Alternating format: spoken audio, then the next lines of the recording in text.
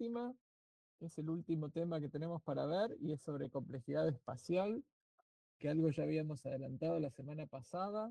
Acá lo que vamos a estudiar en complejidad espacial, de nuevo, son siempre problemas de decisión, y lo que vamos a analizar es la variación de la cantidad de memoria que se necesita para resolver esos problemas de decisión en función del tamaño de los problemas.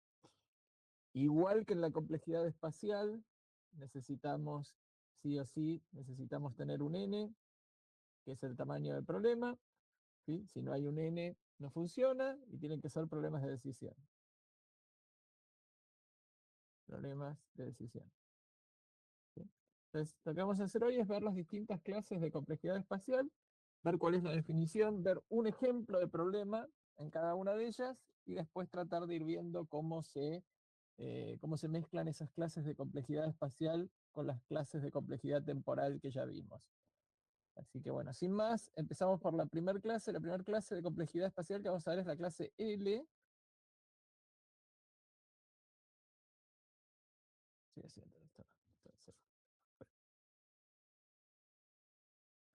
Y la clase L la vamos a definir como problemas de decisión que una máquina de Turing determinística puede resolver usando una cantidad de memoria logarítmica en función del tamaño del problema. Bien. ¿Qué quiere decir esto? En general, esto apunta a problemas en los cuales la cantidad de memoria que necesitamos, por ejemplo, no depende del tamaño del problema. Si la cantidad de memoria que necesitamos para resolverlo es constante, independientemente de qué tan grande se haga el problema, en general estamos en esta clase L. El ejemplo que les quiero dar de clase L, el ejemplo más clásico, es ver si dos strings son palíndromos.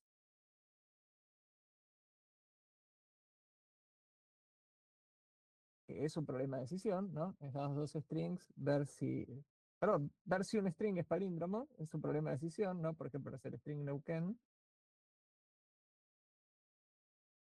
Es un palíndromo. Y esto lo podemos resolver simplemente usando dos punteros. Ponemos un puntero al principio, ponemos un puntero al final, comparamos si son iguales. Si son iguales, nos movemos al siguiente carácter. Comparamos si son iguales, nos movemos al siguiente carácter. Y si son iguales, nos movemos al siguiente carácter. Y ya después cuando se cruzan terminamos. Si en algún caso encontramos dos que no son iguales, respondemos no. Si todos son iguales, respondemos sí. Y fíjense que la cantidad de punteros que necesitamos es 2. Necesitamos un puntero al principio y un puntero al final. Y esto es totalmente independiente del tamaño del string. ¿Sí? El string puede tener, en este caso, 7 caracteres o podría tener 3 kilómetros. Y es el mismo algoritmo, el mismo tratamiento. ¿Sí? Entonces acá tenemos, este es un ejemplo de algo que está en esta clase L. Otro problema que está en la clase L es eh, ver si dos nodos, perdón, ver si hay un camino entre dos nodos, vamos a poner, ver si hay un camino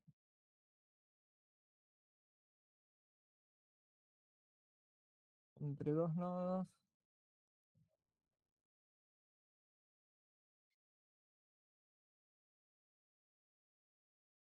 en un grafo no dirigido. Es muy importante, tiene que ser no dirigido. No dirigido.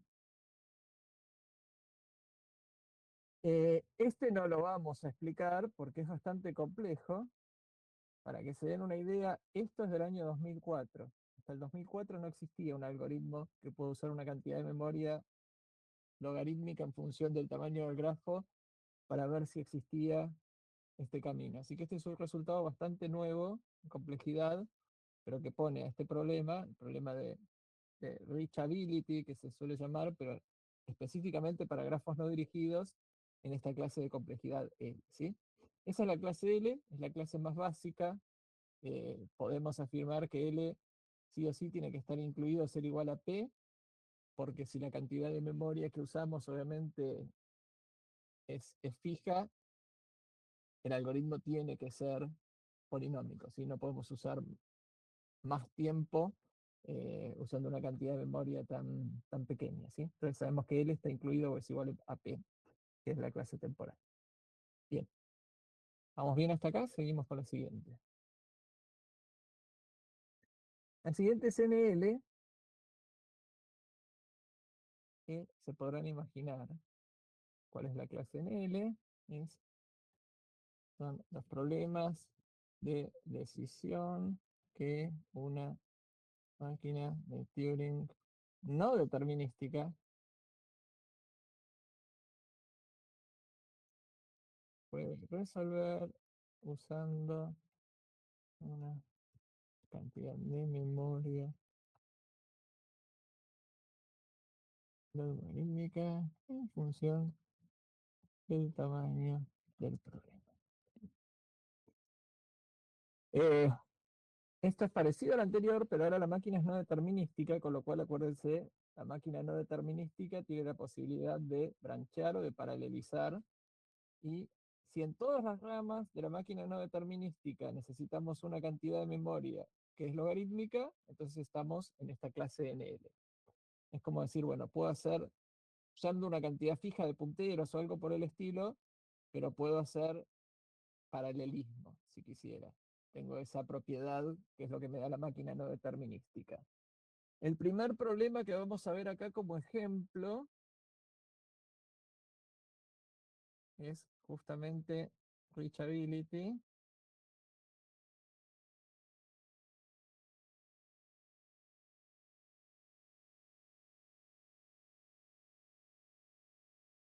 Que es el problema de ver si en un grafo dirigido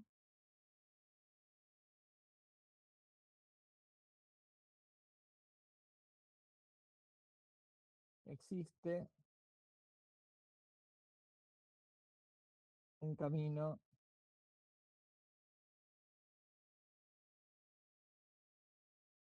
entre dos nodos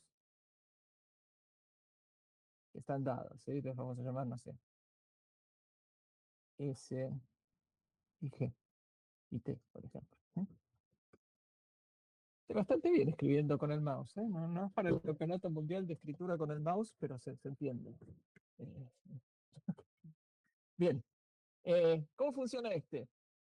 La idea es la siguiente, en un grafo, tengo un grafo dirigido,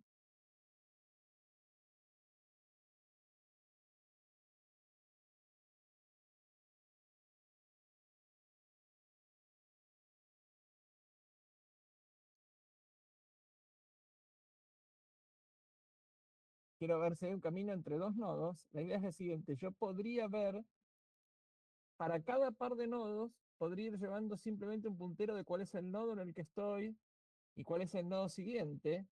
Y cuando voy a este nodo, ahora tengo que ver si voy acá o voy allá. Entonces es como que puedo branchear en la máquina de Turing y sigo teniendo dos punteros, ¿no? En donde ahora este es el nodo uno y tengo en una rama tengo este nodo y en otra rama tengo este otro, ¿sí? Pero fíjense que siempre voy llevando dos punteros. Entonces simplemente con estos dos punteros es como si yo supiera cuál es el camino que tengo que seguir. Acuérdense que también se podía ver como una máquina afortunada. Si yo supiera cuál es el camino, simplemente voy llevando dos punteros de cuál es el nodo en el que estoy y el siguiente, y para el siguiente tomo los vecinos y elijo uno, y así sucesivamente, y cuando llego a T, decido que hubo un camino, ¿sí? Y si exploré todos los caminos y no encontré ninguno, entonces digo que no está. Entonces, este se puede resolver con dos punteritos a un nodo y el nodo siguiente, pero necesito branchear eh, todos los caminos posibles, por eso este está en NL. Es el problema clásico en esta clase de complejidad de NL y es bastante sencillo de entender, ¿no? Díganme, si tienen alguna pregunta, por favor levanten la mano o se desmutean y me consultan, me pueden interrumpir para que yo no siga si hay algo que no quedó del todo claro, ¿sí? Este es el problema de reachability. El otro problema que vamos a ver, ejemplo 2, es uno que se llama dosat. Este se lo pueden imaginar porque es sat, pero con dos variables por cláusula en lugar de tres, ¿no? Por ejemplo, x o y negado, y acá x negado o y negado, y no sé, y x eh, negado. Vamos a poner estas dos nada más. Sí.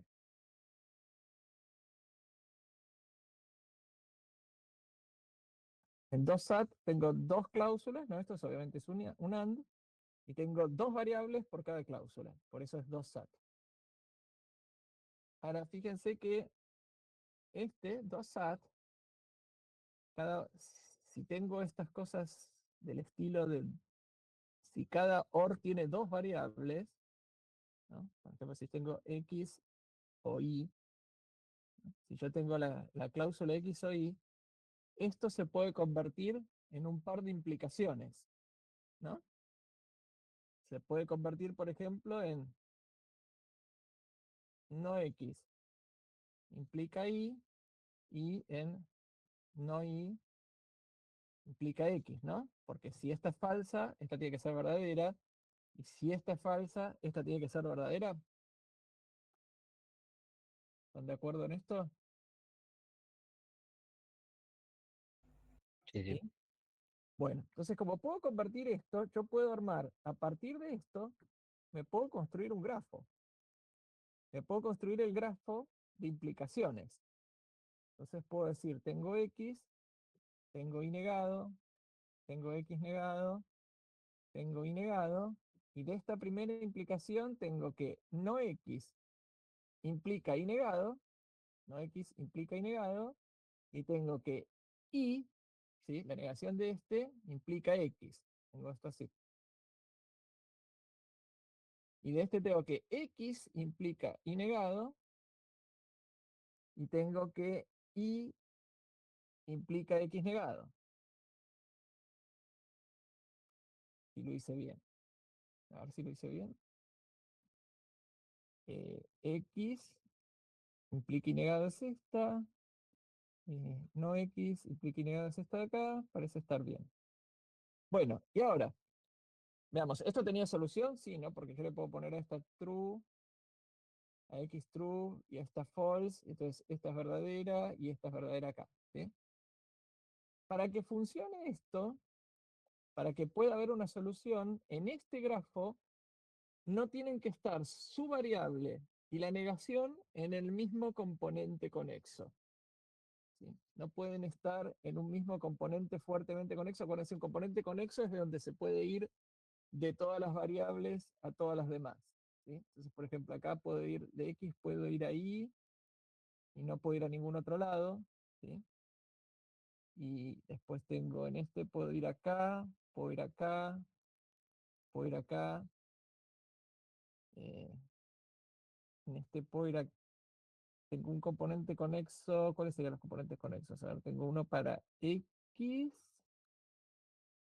Vamos a ver todos los lugares de los que puedo ir. En X puedo ir ahí negado y en ningún otro lado más. En X negado puedo ir ahí negado. Vamos a hacerlo así. En X negado puedo ir ahí negado, pero en Y negado no puedo ir a X, así que estos tienen que estar en componentes distintos. En X negado tengo que ir a Y negado, pero de Y negado no puedo ir a X, así que estos tienen que estar en componentes conexos distintos. Veámoslo para X y X negado, si pueden estar en el mismo componente. De X no puedo llegar a X negado, no tengo forma de llegar a X negado, así que estos están en dos componentes distintos. Y para Y e Y negado, yo de Y puedo ir a Y negado, pero de Y negado no puedo ir a Y. ¿Está bien? Porque de Y negado no puedo ir a ningún lado. Puedo ir de Y a Y negado, pero de Y negado no puedo ir ahí. Si hubiera algo así, si esto existiera, ahí tendría el problema, ¿sí? Pero eso no existe. Entonces, estas también están en distintos componentes conexos, por lo tanto, esto se tiene que poder resolver, ¿sí? Entonces, ahí sacamos que 2SAT tiene que estar en NL.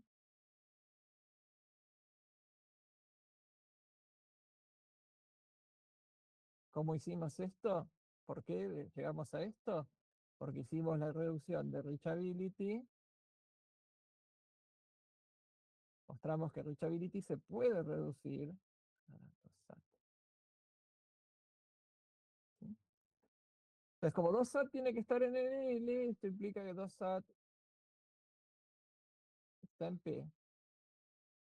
Y es verdad, se puede solucionar en tiempo polinómico el problema de satisfacer una fórmula booleana siempre y cuando haya dos variables por cláusula, ¿sí? Eh, Esto es bastante interesante, que se puede resolver con dos, porque en el mundo de la computación pasa bastante seguido que ciertos problemas con dos cosas están en P y con tres cosas ya son en EP completas. Por ejemplo, 2SAT está en P, 3SAT es en EP completo. El problema de matching es cuando, por ejemplo, tengo que asignar dos grupos de acuerdo a las preferencias de uno y del otro. Por ejemplo, no sé qué películas le gustan a ciertas personas, eso está en P. Pero si tengo que asignar personas, películas y comidas, eso ya son tres grupos, eso es NP completo, eso es 3 de matching. 2 de matching está en P, 3 de matching es NP completo. Es algo bastante curioso. Pero bueno, esa es la clase de complejidad NL con reachability y este problema de 2SAT, que son los dos problemas más importantes de ahí. La tercera clase de complejidad que vamos a ver espacial se llama P-Space.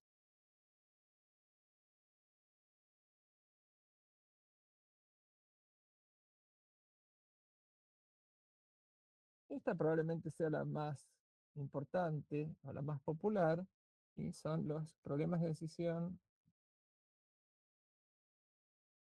y una máquina de Turing determinística puede resolver usando una cantidad de memoria que es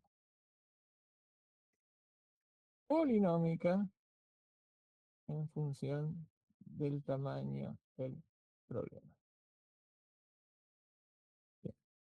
Acá la cantidad de memoria que puedo usar puede ser polinómica en función del tamaño del problema. Ejemplo de esto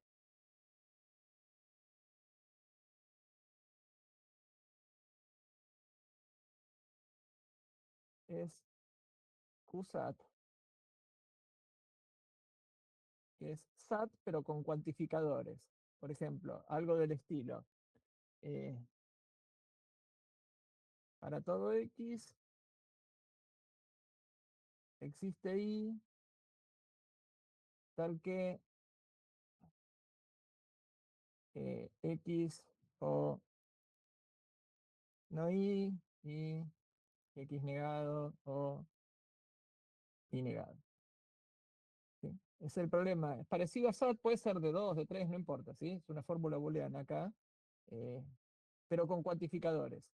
¿Esto qué quiere decir? Que para todo X existe Y. Entonces tengo que probar si X es true, por ejemplo, esta fórmula se cumple, y si X es true, esta no se cumple, pero existe un valor de Y, que es Y false, para el cual se cumple, ¿sí? Si X es true, Y es false, y se cumple esto.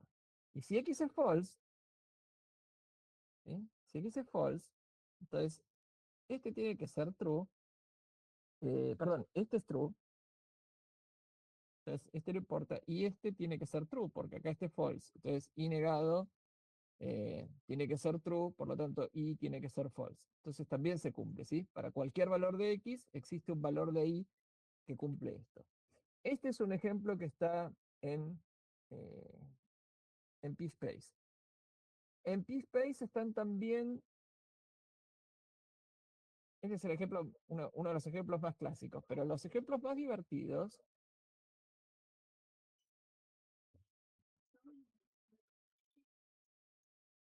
por ejemplo, el reversi,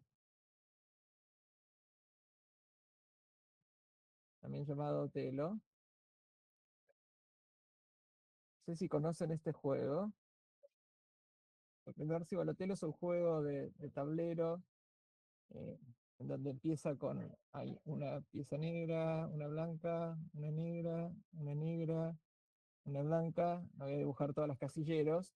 Y cuando uno juega, por ejemplo, si el blanco juega acá, esta se convierte en blanca.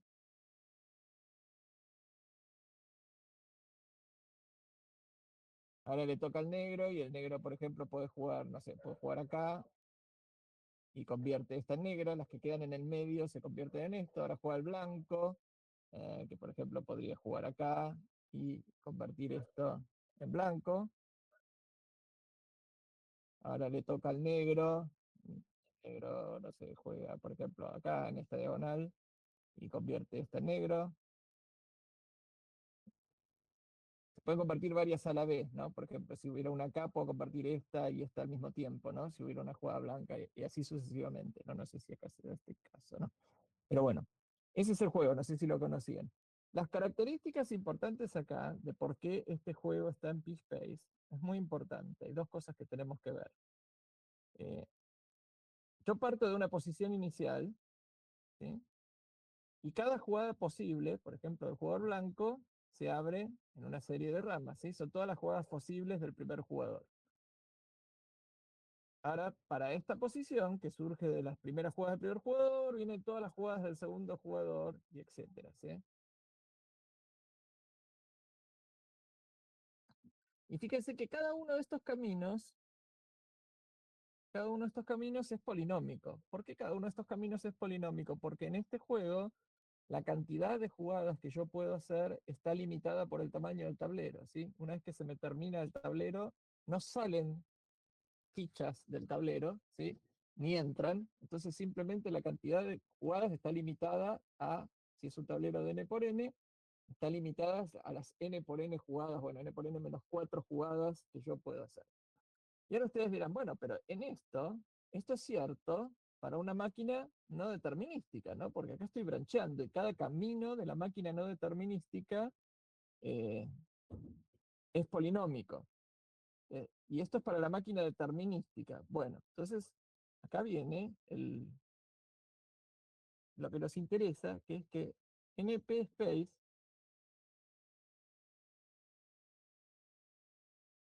NP Space es lo mismo que P-Space, pero con la máquina no determinística, y esto es algo bastante sorprendente, NP Space es igual a P-Space.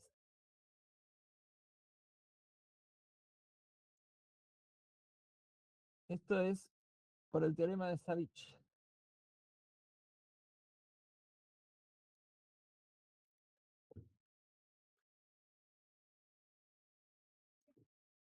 Bien, entonces, como NP Space es igual a P-Space, por el teorema de Savich, si esto está en NP Space, automáticamente está también en P-Space, ¿sí? Están en P-Space casi todos los juegos de dos jugadores en los cuales la cantidad de jugadas es limitada, ¿sí? Si la cantidad de jugadas máxima que tiene la partida está limitada de acuerdo al tamaño del tablero, estamos en P-Space. Hay un caso muy curioso que es el ajedrez.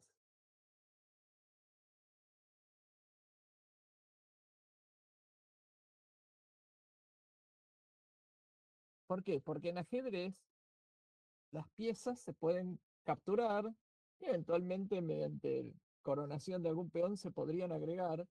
Y además de eso, yo puedo hacer jugaditas, puedo jugar torre para acá, torre para acá, torre para acá, torre para allá. O sea, en principio en ajedrez una partida podría tener, digamos, entre comillitas, porque ahora vamos a aclarar, infinitas jugadas. Entonces, no es el mismo caso que el reversi, porque por ejemplo el 4 en línea, el 4 en línea, ¿saben jugar el 4 en línea? El 4 en línea, uy, qué horrible que estoy. Tu, tu, tu, tu, tu, tu. 4 líneas se juega un tablero, 1, 2, 3, 4, 5, 6, 7 columnas. Entonces, hay que tirar una ficha, por ejemplo, el primer jugador juega acá, ¿sí? Las fichas van cayendo, el segundo jugador juega acá, ahora el segundo jugador juega acá, el primer jugador puede jugar acá, el otro, ¿no? Ahora las blancas pueden jugar, por ejemplo, acá, Las negras juegan, no sé, acá, el blanco juega acá, el negro está obligado a jugar acá, porque si no le hacen 4 en línea. eh, Ahora le toca al blanco, el blanco juega, por ejemplo, no sé, acá. Las negras pueden jugar acá y dicen, bueno, ahora tengo esta amenaza, ¿no? Si el blanco alguna vez juega por acá, y juega estas dos, yo juego acá y gano. Ok, las blancas pueden jugar acá, tienen una amenaza acá en esta posición y así sucesivamente. Fíjense que en el 4 en línea también la cantidad de jugadas, aunque el tablero sea de n por n, está limitada al tamaño del tablero, ¿sí? No puedo jugar, hacer más jugadas que la cantidad de jugadas del tablero. Entonces, de nuevo, en todos los juegos de dos jugadores, en donde pasa esto, tenemos la propiedad de que cada rama de la máquina no determinística es polinómica y por lo tanto estos juegos están en p-space. De nuevo, con el ajedrez no sabemos, ahora vamos a hablar del ajedrez con más detalle. Pero todos estos juegos, los juegos de tablero, en donde la cantidad de jugadas está limitada al tamaño del tablero, están casi todos en p-space. Hay un montón que están acá. Hay una relación entre estos juegos y QSAT, porque estos juegos, por ejemplo, el problema de decisión asociado al 4 en línea es, ¿cuál es el problema de decisión para el 4 en línea? Es, en la posición inicial, ¿existe una jugada para la cual el primer jugador gane? Y eso se puede expresar parecido a esto de cuantificadores, ¿no? Pues como decir, existe una jugada del blanco tal que para toda jugada del negro existe una jugada del blanco, tal que para toda jugada del negro existe una jugada del blanco, tal que hasta que gane, ¿sí? Y esa secuencia de cuantificadores es polinómica, ¿sí? Porque son el tamaño de todas las partidas posibles de 4 en línea. Entonces existe una relación con este QSAT que explica por qué todos estos juegos están acá. De nuevo, con el ajedrez tenemos un problema. Ahora vamos a ver qué pasa con eso. Díganme si hasta acá estamos bien. Si quieren por el chat no hace falta que hablen. Sí, sí, todo bien. Bueno, entonces, la siguiente clase de complejidad se llama X-Space.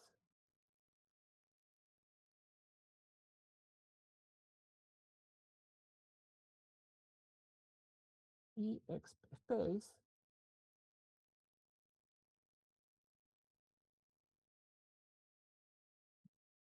formada por los problemas de decisión que una máquina de Turing determinística puede resolver con memoria exponencial en función del tamaño del problema. Bien. Acá tenemos los juegos en los cuales, por ejemplo, la cantidad de jugadas no está limitada al tamaño del tablero. Entonces, el primer ejemplo que voy a poner es chess. Y lo voy a poner con un signo, con un asterisco. Le voy a poner un asterisco acá. ¿Por qué chess tiene sentido acá? Por lo que decíamos, en ajedrez yo puedo, suponiendo primero el principal, ¿no? Vamos a poner G chess, chess generalizado. Primero tiene que estar en n por n. ¿Sí? Tiene que ser un tablero de ajedrez de n por n. Si es de 8 por 8, olvídense, acuérdense, si es de 8 por 8, la complejidad es constante. No existe complejidad si no hay un tamaño variable. Entonces, imaginemos que podemos jugar al ajedrez en n por n, que ya es una licencia poética, ¿no? Porque habría que inventar qué hacemos con un tablero de n por n, cuántas piezas ponemos y dónde. Pero no importa, imaginemos que el ajedrez es de n por n.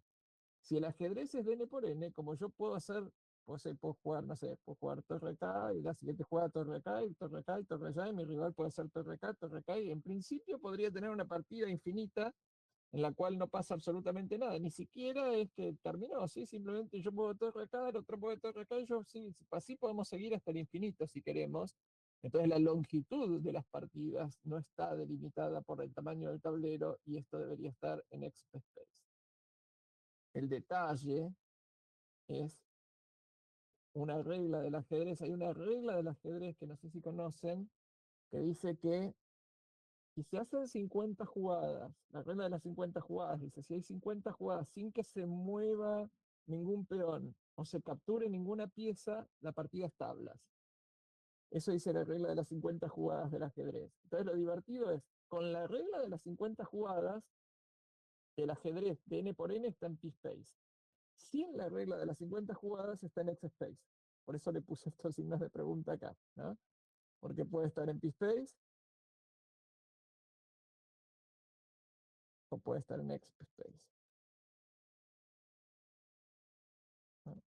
Esto es con la regla de las 50 jugadas y esto es sin la regla de las 50 jugadas. Y siempre en n por n, ¿no? Siempre ajedrez de n por n. Ajedrez de 8 por 8, la complejidad es constante eh, y no nos interesa. Bien. Entonces, eh, vamos a hacer nuestra cebolla, cómo nos quedó, qué cosas sabemos.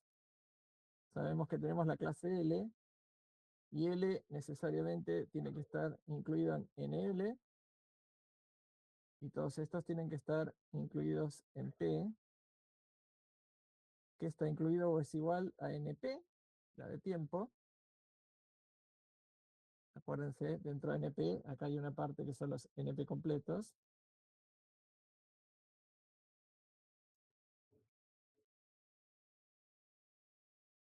NP necesariamente tiene que estar incluido en P-Space.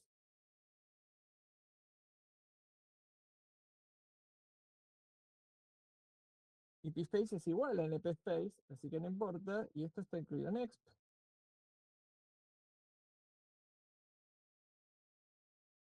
Y esto está incluido en X-Space.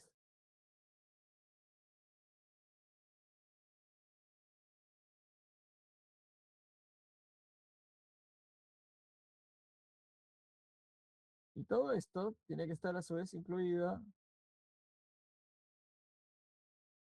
en una clase, llamémosla D, que son los problemas decidibles, y todos estos están incluidos en una clase R, que son los problemas reconocibles. ¿Sí? Si hay cosas que no son decidibles, las cosas que no están decidibles no se puede resolver ni siquiera en tiempo infinito, estarán por acá o estarán por allá, puede haber cosas acá, puede haber cosas acá, hay cosas no reconocibles. Y vimos un ejemplo más o menos de cada uno de las cosas que están por acá, por acá, por acá, por acá, por acá, por acá y por acá. Hay algunas cosas que sabemos, o sea, podemos hacer todas estas inclusiones, y podemos decir que L está incluido igual en L, que está incluido igual en P, que está incluido igual en NP, etc. Lo que no sabemos es si está incluido igual, ¿sí? Por ejemplo, esto no sabemos. No sabemos si P está incluido en NP o si P es igual a NP. Esto no lo sabemos. Hay un teorema muy lindo que dice que de todas las inclusiones que no conocemos, hay alguna que tiene que ser estricta, ¿sí? No pueden ser todas incluidas igual, pero no sabemos cuál es. Es una cosa que anda dando vueltas por ahí. Así que bueno, esto es lo que les quería presentar de las clases de complejidad espacial. La clase que viene vamos a hacer el último parcialito, ¿sí? Último parcialito, que es sobre complejidad, sobre las clases de complejidad temporal o las clases de complejidad espacial y obviamente algo de problemas NP completos, que es lo que vimos la clase pasada. Ese es el último parcialito. Y después con las notas de eso, ya vemos si alguno necesita hacer recuperatorio o si estamos en condiciones de ya hacer un promedio y con eso aprobar. ¿Sí? La clase era más cortita, era simplemente para terminar con lo que nos quedaba, por eso lo hicimos virtual, para que no se vayan hasta allá por 40 minutos de clase, para terminar el tema de complejidad espacial que no habíamos alcanzado a ver en la clase anterior. Así que Profe, bueno, gente, sí, dime. disculpe, ¿podría repetir una vez más, por favor, cómo va a ser la evaluación de la semana que viene? ¿Qué se va a evaluar Parecida, específicamente? parecida a todas las anteriores, saber si un problema, por clasificar un problema en su clase de complejidad, o principalmente eso, saber en qué clase de complejidad estarían distintos problemas que les podemos dar o cosas por el estilo. Ok, puedo hacer una consulta, quizás es una burrada lo ¿Sí? que voy a decir, pero todas estas complejidades que vimos hoy, me me vienen como una similitud, como un patrón de diseño, ¿no? ¿Podrían considerarse como esa forma, como distintos patrones de diseño que nos sirven para resolver distintos problemas? ¿Podría verlo de esa forma o es una burrada? No, no es una burrada, lo podrías ver de esa forma. No sé si es un patrón o un antipatrón, pero puede haber algo de eso, ¿no? Es como que, ¿por qué digo antipatrón? Por ahí sabes qué cosas no podés hacer, ¿no? Si sabes que un problema es NP completo, por ejemplo, sabes que no podés encontrar un algoritmo polinómico para eso. Sabes Ok, que sí o sí, por ejemplo, si algo es NP completo, vos sabés que podés programar algo que busque todas las soluciones posibles y no está mal, ¿no? Que uno diría, bueno, qué barbaridad, ¿no? Por fuerza bruta. No hay otra forma. Si querés una solución exacta, ¿no? Si querés una solución claro, aproximada, bueno, puedes hacer cosas más rápidas, pero aproximadas, cosas del estilo Monte Carlo, random, probar soluciones al azar y ver si alguna es más o menos aceptable, ir quedándote la mejor. Hay muchas de esas cosas, pero sí, podrías verlo de esa forma, podrías verlo como una especie de guideline de diseño bien, de qué tan difícil es un problema. perfecto. Y lo último, profe, rendimos la Ujú. semana que viene, después se entrega las notas y Sí, ya no hay, a partir de la semana que viene ya no hay más clases, ya es no, rendimos y después ajá, anotarnos al final. exactamente. Listo, perfecto, gracias. Bueno, O sea que, perdón, una consulta. ¿No hay dale. recuperatorio? El recuperatorio hay una semana, la semana siguiente a la del parcialito está prevista para el recuperatorio, lo que no sé es si la vamos a necesitar o no, depende de las notas y demás. Entonces, si tenés, ¿Recuperatorio sería quien promediando las notas no llega al 4? exacto, ¿O que, es que no llega con el promedio o que tiene 2, por ejemplo, por abajo de 4. y el que sacó de 4 para arriba no hace falta entonces? Si es 4 para arriba en todos, te quedas tranquilo y no hace falta, seguro. Ok. ¿Y en el final podría levantar esa nota? El final no hay final, el final es directamente el promedio de los Ah, listo, parcialitos. perdón, perdón. Está Sí, bien, está bien. sí, Bueno, sí, gracias. por nada. Después nos va a decir usted, profe, qué fecha anotarnos. En la primera, si pueden, si no en la segunda, pero preferentemente en la primera fecha de final, que creo que ya está puesta la fecha de final. Yo les busco ahora. ¿Qué fecha tengo? Es alguna fecha en diciembre. El 10 de diciembre. Tengo 10 y 17 como fecha. Así que si se quieren anotar por ahí, para los que ya tengan los parcelitos aprobados, se anotan en la fecha del 10 de diciembre y ahí les paso la nota, que es el promedio de los parcialitos. Obviamente, si hay que redondear, voy a redondear para arriba para darles una mano, pero eh, es el promedio de los parcialitos y sería el 10 de diciembre. Si alguno no se puede anotar el 10 de diciembre por X razón, se puede anotar en otra fecha, se puede anotar incluso el año que viene, no hay problema. Lo único que les pido es, si no se anotan en el 10 de diciembre por la razón que sea, cuando se anotan, avísenme, porque yo no estoy mirando todas las fechas si hay alumnos anotados o no. Entonces, avísenme para que no me olvide de pasarles la nota, que no me olvide de ustedes, ¿sí? Si se anotan el 10 no hay problema, pues el 10 va a haber ya una cantidad de alumnos, entonces yo ya sé que el 10 tengo que pasar notas. Igual, profe, no nos vamos a tener Sí. que presentar físicamente, ¿no? No, Los... no, no. Sí, sí, sí. Si quieren saludarme o algo por el estilo, acordamos un día y nos saludamos por ahí, Ok. pero no. Perfecto, perfecto. Bueno, gente, muchas gracias. Nos vemos la semana que viene para el parcelito. Chao, buenas tardes. Chao, nos Chau, vemos. Gracias, chau. profe. Hasta Chao, luego. gracias, profe. Gracias. Chao.